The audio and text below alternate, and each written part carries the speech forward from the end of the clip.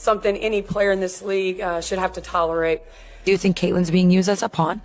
Caitlin didn't bring racism to the WNBA. This has been happening. And that, I think, is what's been such a shock. You know what? It seems like everyone is just absolutely stunned by what's been happening. But honestly, for those of us who've been paying attention, this moment felt inevitable. It all truly exploded right here. And believe me, you're going to want to stick around to the very end to understand just why the Indiana Fever are on the verge of making some truly massive changes.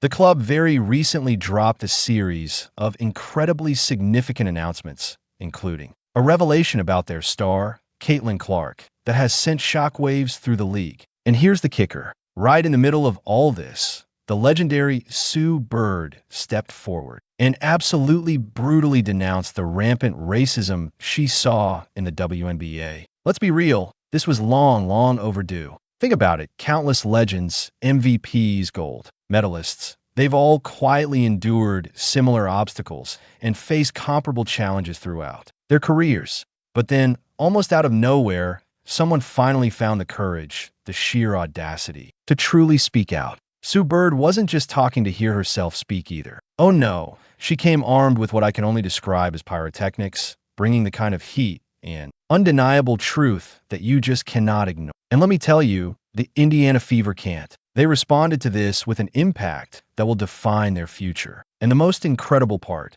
Sue Bird, with everything on the line, didn't even hesitate to dive deep into a no-holds-barred podcast conversation with none other than Megan Rapinoe. This was a massive risk, a potentially career-rooting move, but she went forward anyway. On that podcast, she fearlessly put forward the hard questions. She wanted to know why Caitlin Clark was becoming the target of such intense racial hatred. Why were her truly outstanding accomplishments, her record-breaking sales numbers, her undeniable impact, why was all of it being so blatant, disregarded?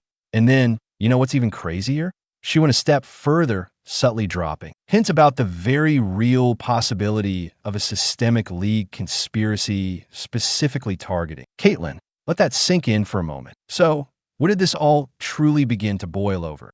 It actually kicked off when Descartes and DeCarrington found us being questioned by journalist Christine after a game about what seemed like a rather odd occurrence. Now, I know what you're thinking right now. You'd probably assume this was just another standard post-game query, right?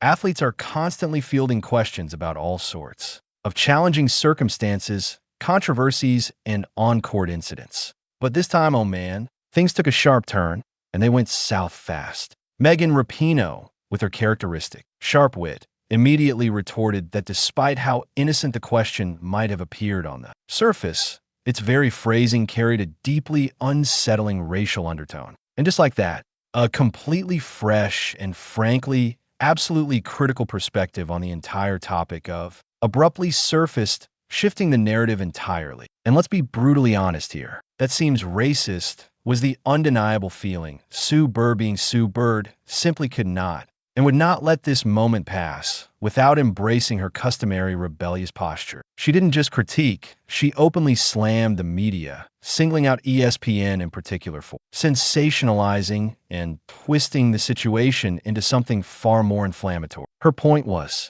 crystal clear. The original question itself might not have been inherently racist, but the way the media chose to frame and present it, oh, that, my friends, was absolutely, unequivocally troublesome. Sue meticulously pointed out a stark, undeniable truth.